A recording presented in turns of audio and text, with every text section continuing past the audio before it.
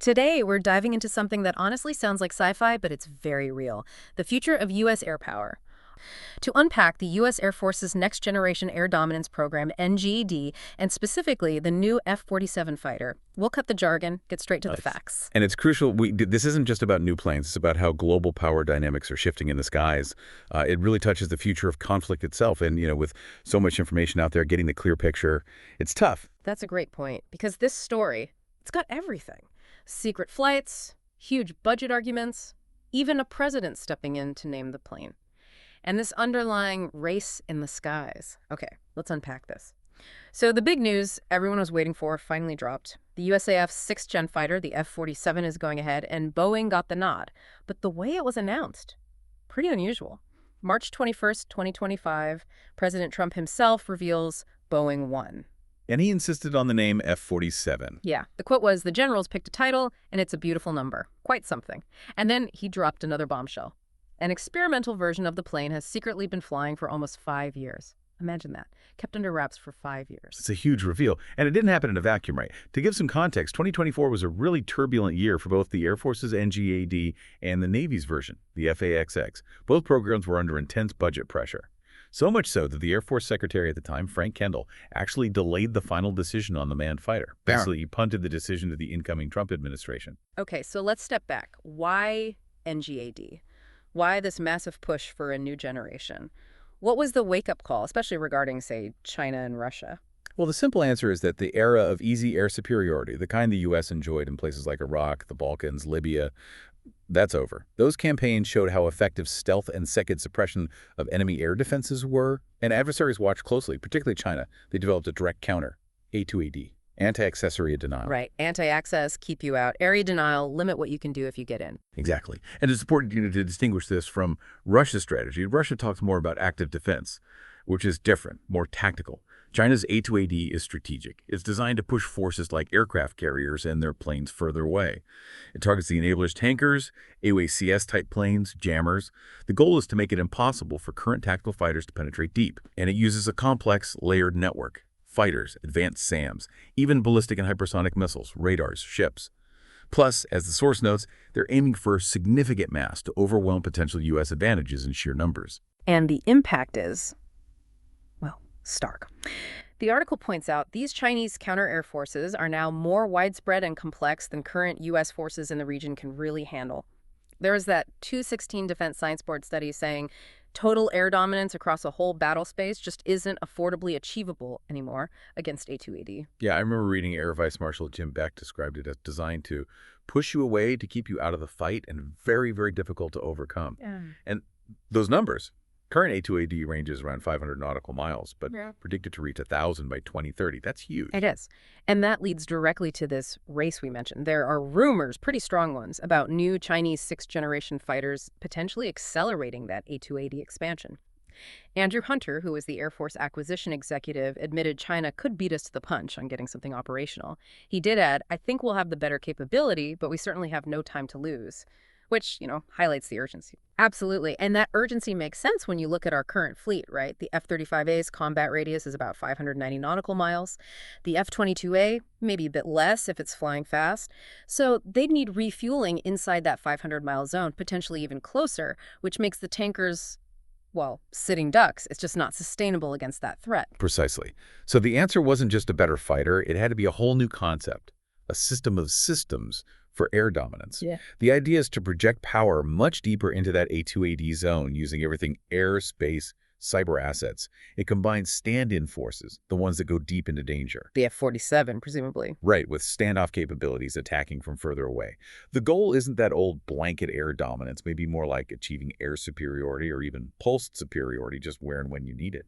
And the heart of that stand-in force is this new manned platform, originally called PCA, Penetrating Counter-Air, essentially the F-22 replacement. Its job description is tough. Counter-air, hit enemy air defenses on the ground and in the air, take on enemy fighters, do CCA, coordinate other long-range strikes.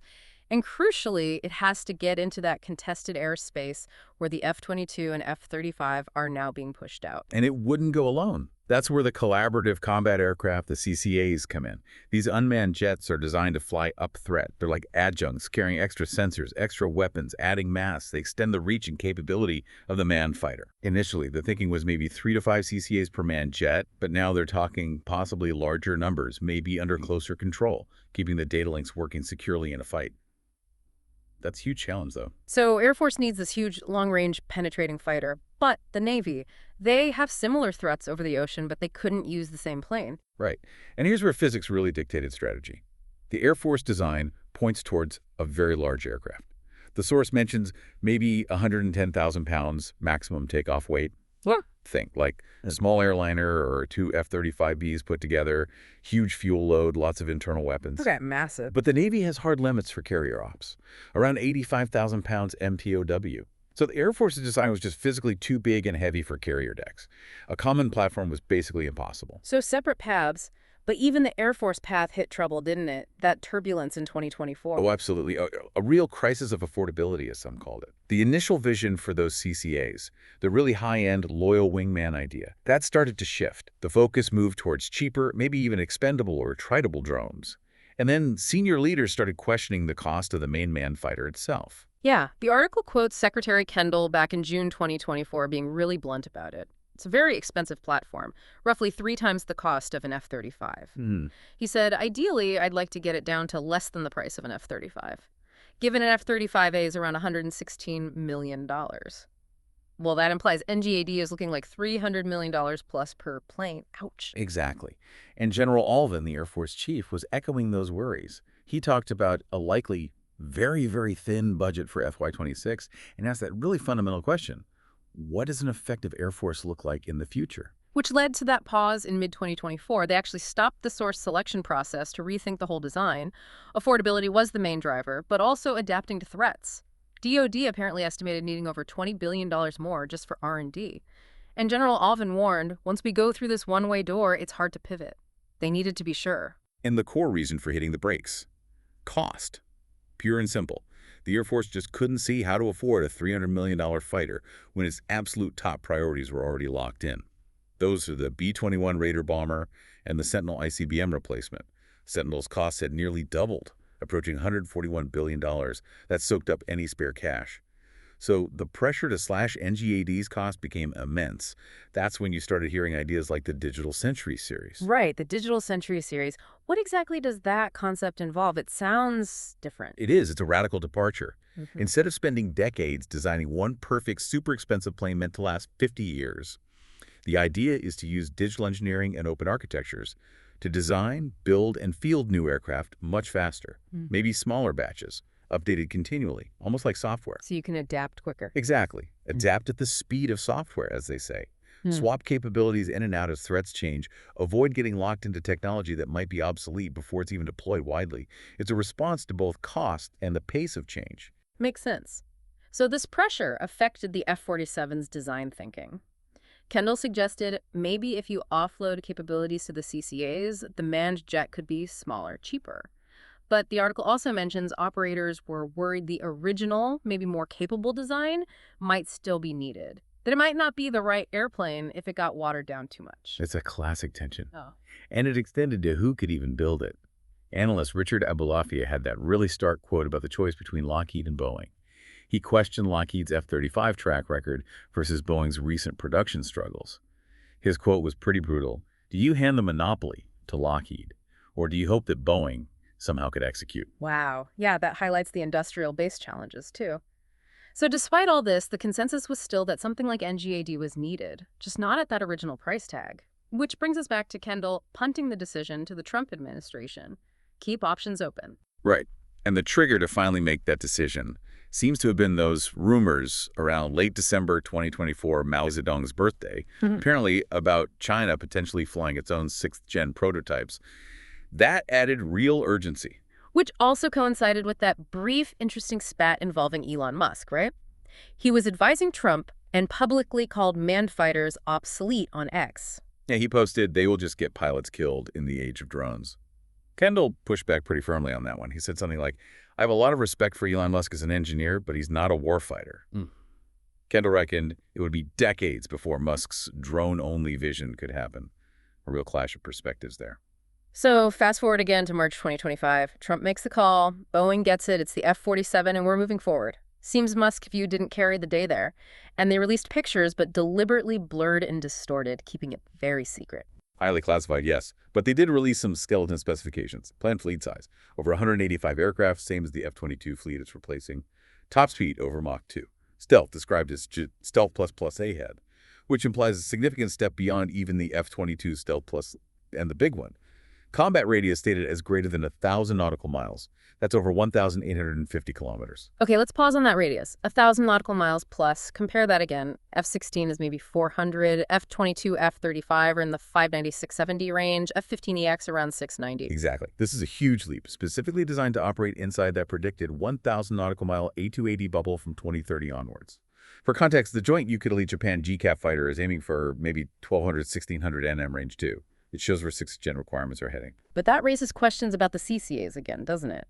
The current candidates, the GAASI YFQ-42A and Anduril YFQ-44A, are listed with only a 700 nautical mile radius. Top speed classified. So how do they keep up or operate effectively with an F-47 that's potentially going much further and faster deep inside that 1,000 NM zone?